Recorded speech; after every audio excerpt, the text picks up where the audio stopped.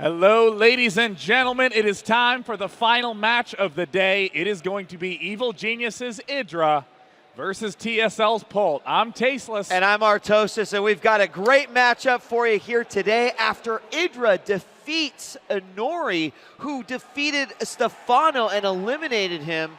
We now see this matchup here. However, there is a discrepancy in the score. Now, apparently on some of the sites, it was reported that it was a 2-0 win for Idra over Inori. But what I have actually learned, or at least some people are saying, is that apparently Idra lost the first game and then came back to win 2-1 versus Inori, which we all know statistically is something that Idra does not do very often. Yes, Idra, in fact, there was a period of time in MLG when I believe that over 20 best of threes, he had not won a single series in which he lost the first game. Quite so a few. Is, I mean, winning a best of three after losing the first game is already an achievement in itself, but especially for Idra, that shows a real breakthrough in that mental game. But now he's going to be up against Polt. Whoever loses is done. Is Their eliminated. Tournament life is over. Is eliminated, yes. Whoever wins advances on to Championship Sunday. And this is, I mean, you know, we don't really get a clear idea or feeling of this on day 2. So this is what we're going to experience all day tomorrow. Elimination, elimination, elimination.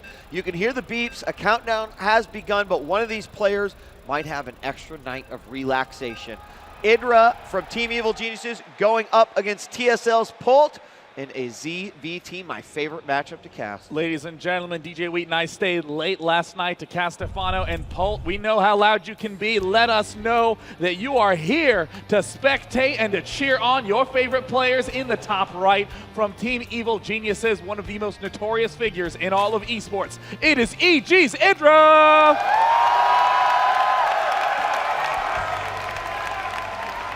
And in the bottom left, as the Blue Terran, all the way from Korea, playing for Team TSL. Ladies and gentlemen, give it up for Polt. I am so delighted that Polt has been attending so many non-Korean tournaments in the last several months. I mean, having such a rough time in terms of just notoriety, public opinion for almost a full year in Korea after winning GSL Code S. His skills never undoubted, but his popularity, I just don't think was up to par. But I mean, that interview he did before Stefano. Do you have anything to say to Stefano? Go, ha, ha, ha, ha, ha. Instant fan, went to his Twitter, liked it. Yes, yes. And you can actually follow him on Twitter. It's Polt88. Of course, you follow Idra at EGIdra. Make sure to show your support and love for both of these guys. And TVZ, in which we see a Rax down on the natural low ground here for Polt. May not necessarily mean a ridiculous, well, this SCV heading on over here means we're going to see a ridiculous amount of aggression as we've got a 2 Rax coming out of Polt. Now, Polt is doing something pretty clever. You'll notice that both of those barracks are essentially at his main. However, that placement means that it's unlikely Idra will scout both of them. In fact, Idra might miss both of them with that initial drone scout. There it comes as we select that one drone that's about to head up the ramp. Will Idra see that first barracks? And it looks like, nope. Oh, barely no. And he's going to head into the main and again see nothing, but he will see that orbital command coming up and he's going to know something scary's en route. Yeah, now the question is where is he going to scout? How quickly he will be able to scout? He scouts northwest corner of that base. Oh, he doesn't scout the northeast corner of the base, which actually seems to be a logical place for that to exist. But he finds one Rax. Will he see the second Rax floating down? Yes, he does. So he knows exactly what's coming. The question is the pool already about halfway done, but down late. Something he's going to have to deal with. SCV moving up right now. Vision of the Overlord sees that the bunker is going down, and he's going to have to pull drones in order to get rid of this. And here we go, 5 coming down to try to get rid of this SCV. It's a decent amount of those drones. He's trying to work away at that SCV. He can easily start chipping away at the bunker as well. The SCV glitches onto the wrong side. See you later, SCV.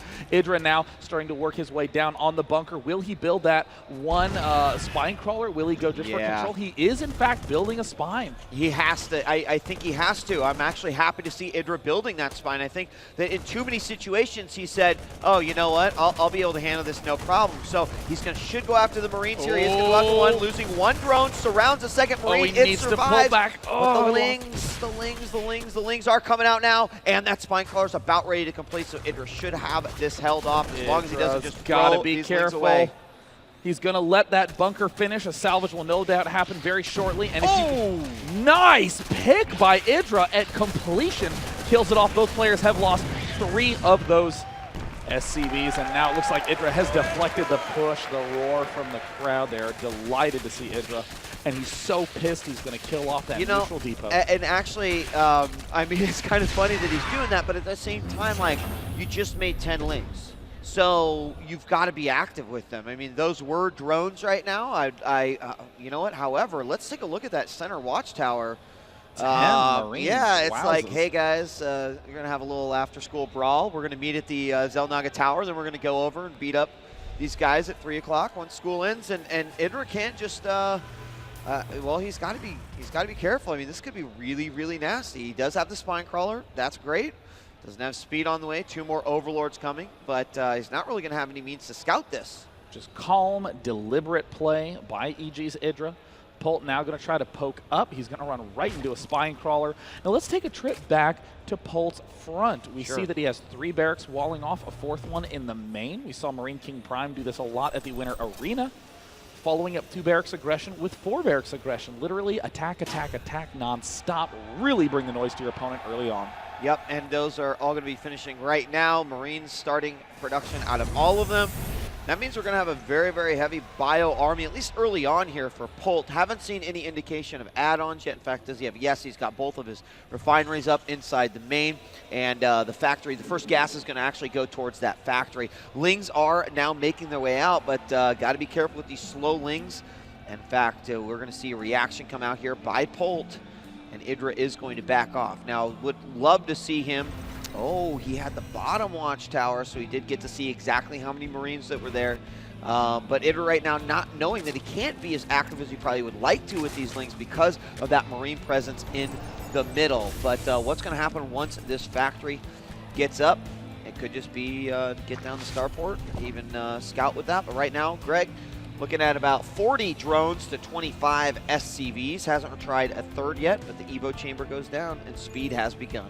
It looks like Polt will be building double starport. wow. Oh, one of my favorite transitions. In fact, this is one of the oldest ways to play this matchup. Popular in the early beta, opening up with 4 barracks, transitioning into 2 starport.